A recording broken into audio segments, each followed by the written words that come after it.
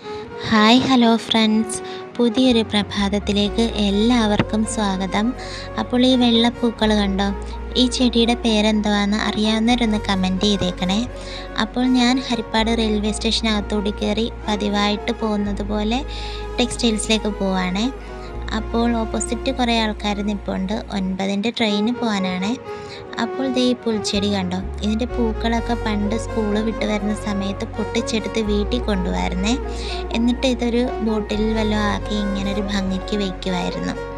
പിന്നെ ദേ നമ്മുടെ നല്ല നീലാകാശം, മഞ്ഞ വാഗപ്പൂക്കൾ, നല്ല ഭംഗിയുള്ള കാഴ്ചകളല്ലേ. അങ്ങനെ ഞാൻ പൊയ്ക്കൊണ്ടിരുന്നപ്പോഴാണ് ഒരാളെൻ്റെ ഷാളിൽ കുടുങ്ങിയത്. തൊട്ടാൽ വാടുന്ന ഒരാളാണ് കേട്ടോ. പണ്ടും ഞാൻ ഇതേപോലെ തന്നെയായിരുന്നേ. ഇപ്പോൾ പക്ഷേ നല്ല സ്ട്രോങ്ങാണ്. 2 കുട്ടികളുടെ അമ്മയായില്ലേ. നമ്മൾ സ്ട്രോങ് ആയാലല്ലേ നമ്മുടെ മക്കൾ സ്ട്രോങ് ആകുകയുള്ളൂ. അപ്പോൾ മറ്റൊരു